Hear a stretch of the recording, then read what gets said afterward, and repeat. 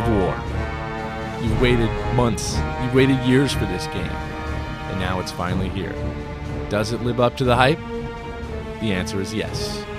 Now, what Epic has done is created, quite simply, a masterpiece, and a game that will go down as an instant classic, and it's the killer app that the 360 has been waiting for 1 year after its launch. The key to Gears of War is all about the new cover system. Basically, you're going to be able to attach yourself to any wall, to any tree, to any bombed out Honda Accord on the streets of the planet Sera, and you're going to be able to stop and pop and move from cover to cover as you take out the Locust Horde. Now, the great thing about this stop and pop gameplay, as Epic calls it, is that you really have to use what I like to refer to as fast tactics. You're going to use flanking maneuvers with your four-man squad. You're going to try and get around behind and to the sides of the Locust. And from behind cover, you're going to have to stop, look up for just a split second, get off a few rounds, and get back into cover. Because on the harder difficulty levels, a few seconds out of cover, and those guys are going to hit you with a headshot, and you're going to go down. Personally, I recommend ditching the casual difficulty level altogether. It's a bit too easy. Even though there is a significant challenge down the line in the final stages, the hardcore is a great place to start out because immediately from the very first map, you're going to feel challenged as you work your way through the planet Sera.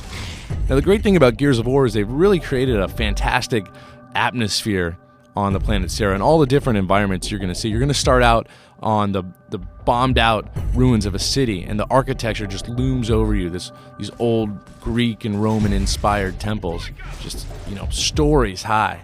And it really is such a beautiful game to look at, just to look at the buildings. And then you're going to move through a village at nightfall, and it's spooky, and it's kind of a survival horror map. Then you're going to go through these glowing mines. You're even going to get in a minecart. You're going to get on a speeding train.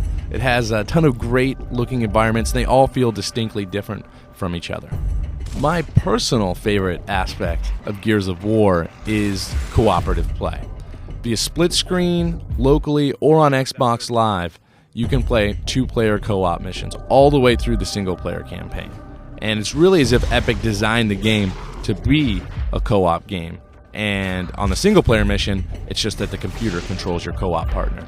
What's great about co-op is together, you're going to work your way up the map, you're going to be able to revive each other when someone's down, you're going to be able to flank on the fly and go through all these basic tactical maneuvers together. And it's tremendous fun. I like it better than even the co-op play on Halo and Halo 2. Now, the versus multiplayer on Xbox Live and System Link, if you want, is pretty great. It's basically a team deathmatch / last man standing, and it's only 4-on-4, and the maps are pretty small, but the action is tight, and you really have to work together as a team in order to win. And I've had some great moments where I've jumped out of my seat screaming because I've chainsawed somebody, and then they chainsaw me right back, and another enemy sneaks up behind me. So you're going to have plenty of fun playing multiplayer. The only problem with it is there's only that basic mode. There's also a kill the leader mode. There's also another mode called execution, in which they have to come up and chainsaw you in order to finish the job.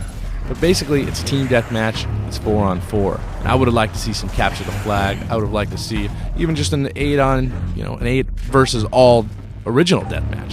Something other than the team deathmatch concept. Because sometimes I just like to go by myself and chainsaw people. In the end, though, Gears of War is obviously an instant classic.